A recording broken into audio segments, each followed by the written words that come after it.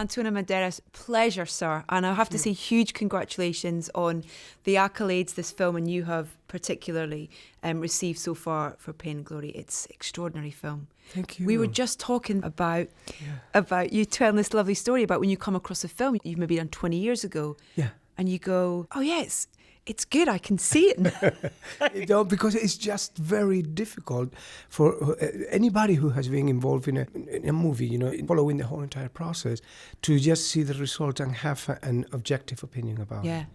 It's almost impossible. You try, but for me, it's a mystery when people come filled with emotion sometimes, about the movie and, oh my God, I was just crying about the movie. And you say, oh, yeah. And you try to understand completely what they are saying. But you don't totally get it because for you, the approach that you have with your own product is completely different. You go from another side. And it's true. That's why the theater sometimes is so valuable because it's ephemeral. So you go to a play and you see the play and it produces an emotion in you and that will stay forever because it's very rare that you're going to see the same play with the same people 20 years after. Yeah. But now with movies happens that a movie produces an incredible emotion in you and then you see the movie and you take people, you say, oh, you're going to love it. This movie just was so important in my life and you see it and it's like, oh my God, where the movie went. It's completely different. It doesn't produce any kind of impact on you anymore. Why? Because you were different. And that's what happened. You are the one who changes. If people are asking you about this film, how do you describe it? What's the film about in your eyes? Well, I think it's basically about reconciliation. It's about somebody that at some point in his life, an artist, has to go back to close circles that were left open. And he got to ask for apologies sometimes. And it's about, carrying a backpack filled with miseries and greatnesses, with pain and glory. Yeah. And everybody knows about that. We all do have that. And so I think that's one of the reasons that the people find a straight connection with the movie, because we all have that in our past. And especially if you have a longer life, this is a movie that I think appeals more at people who has lived, a life already, that you have that. We all do have, I do have that. And so we tried to construct this in a way that it was not too manipulative of the audiences. We didn't try to drive them to a very specific place. We try just to be more transparent and to allow, and I am talking now about the creation of my character specifically, I wanted to leave, it's very rare to explain this, but I'm going to try. It's almost like you are traveling in the movie in a vehicle in which you're going to have an empty seat with you that should be occupied by a member of the audience. Wow. And in order to do that, you have to don't drive them. There was something that Pedro Almodóvar, the director, was telling me all the time. He says, I want you to, you have to understand, what this drug produce in this man, heroin, and I want to see the effect, but I don't want to feel it when you do it. And I want you to see all the pains that I went through, my back, migraines, photophobia, all of these things that happened to me, but I don't want to feel it. I want you to be me, he said one day, but I don't want to feel it. Well, I imagine because you have this history with Pedro from working with him on so many films over so many years. And when you first read the script, you know him well, and you must have, and the film is there are events in the film that are based on. I was pleasure of chatting to him yesterday, and we talked about specific things, but Salvador is very much based on things that happened to him. But then also, there is fiction in there as well. But when you first read the script, knowing Pedro and having worked with him, what was your reaction, knowing how much of himself he had put into this? I was very surprised when I read the script for the first time. And the reason is that, we have been friends since we met each other in 1980. And it's almost 40 years ago. But Pedro Almodóvar is a very private person. So we had a friendship that has certain limits. And I have been always very respectful of those limits. I never tried to jump in there. So when I read the script, I just realized that there were things in the script that I didn't know about him. I mean, I met his mother.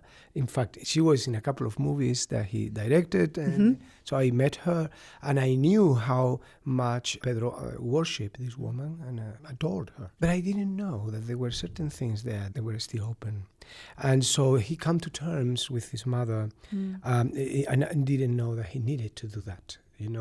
I didn't know about, how much he needed to ask for certain apologies to actors that have been working with him. I didn't know, about his lovers and how much that affected his life and how he got to close those circles too. So there was a number of things that were secrets for me. So it was kind of a surprise in a way, yeah. And I heard you say as well that it was quite funny because there's a character in it, Alberto, who... Some of the lines that Alberto says were things that you said. They're your lines. Yeah, more than lines, certain things. Experiences. That he does, Yeah, in a way, that's the way I see it. Maybe Almodóvar may contradict what I'm saying, but I think it's going this way. No, that character is almost like a Frankenstein monster built with pieces of many actors and actresses that have worked with him. And so Pedro has been very meticulous, demanding director, and sometimes can get on your nerves because he got a very specific target, and if you don't hit it, it can get nasty, So you better abandon yourself when you're working with him. Yeah. Try to open your ears, try to open your eyes, try to understand the man and the story he want to tell, and be very humble with it. He doesn't like impositions from anybody of the different departments in the shooting. He's a very much a leader and an owner, complete owner of what he does. So as an actor, you have to learn how to play with that and how to manage those situations. So it's very beautiful in the way that he apologizes, because he called this actor in the movie after 30 years that they didn't talk to each other. And on top of that, he just threw at him a bunch of things that he wanted to tell him that, were not right in his vision when they were together. They were together many years ago, and he didn't behave properly. And so 30 years after, he just spitting all those things at him in the way that he behaved, whatever. But then he gives him a monologue that he wrote that is very private, that is not to show anybody, but it's a way for him to ask for apologies. It's just to give this actor this monologue so he can play it in a theater because he wants to do that. So that's his way of saying, I'm sorry. And so the movie is filled with all of this subtleness here and there that are very understandable when you're watching the movie. It's not a confusing movie. It's very simple, actually. Beautiful. It's very, very simple. One of the things that surprised me the most when I read the script is how minimalist it is, It's not the Baroque Pedro Almodóvar that I used to play with. Yeah. Talking about the mother theme, which is something that has appeared in so many of his films, the mother character, but in particular for you getting to work again with Giulietta Serrano. And I know that particularly those scenes with the two of you were things that Pedro learnt from and he expanded on and allowed to kind of grow as they were happening. That's correct. What a wonderful experience as two actors to be allowed to play with that relationship. Yeah, it's funny because Giulietta Serrano, the actress who played that character, I played with this actor, with this actress, only 3 times in my life. The 3 times she has been my mother, and the 3 times with Pedro Almodóvar. So she is my fake mother somehow. But it was just for the audience, whoever is interested in this movie and in Pedro Almodóvar cinematography, they have to understand how difficult was for Pedro to say certain things that my character says for him in the movie. There was one day that we had to shoot a scene in a balcony in which they're having a serious conversation, mother, son, And Pedro normally, he come to the set and he likes to read your part before you're going to do it. And he give you indication as he read, at the end of this line, I would like for you to do this. Don't forget about this and things like that. So he read first the part of Julieta. And then he was going to read my part, his part. Right? Wow. And so he was going to read and he couldn't. And he tried again and he couldn't. And I just understood what was going on, he couldn't. Literally, he was so emotional about it, And so I just went up, I just giving him a hug and I said, just go to the combo, just give me action. I know all the information that I need to have for this moment. I have it, emotional information. Please go, say action. All they had to do is that. So, and it was a part that he says, Mother, I'm so sorry that I was not the son that you always expected to me. Talking about homosexuality and how homosexuality, you have to think, at the end of the 50s, in the Spain of Franco, in a little village with a father who was a peasant, how much that weighted in the whole entire family, where everybody in this little village is pointing the finger at you for being different and for being somebody else, And so all of those things that you need to close, those doors that you need to close at a certain point in your life, they are so important in the movie.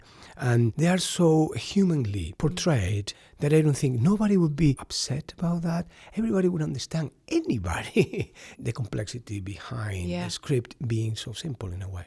And the way that you play that with such tenderness, though, and just such honesty is extraordinary. It really is. It's beautiful.